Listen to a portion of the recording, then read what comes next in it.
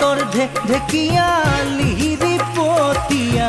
বতাহত যেনেকৈ হালে ঢোলৰে চাপৰত তোৰে লাহি কঁকাল দুচেও তিনি চেওকৈ ভাগে তোৰ দৰে নাচনি দেখি শ্ৰীকৃষ্ণই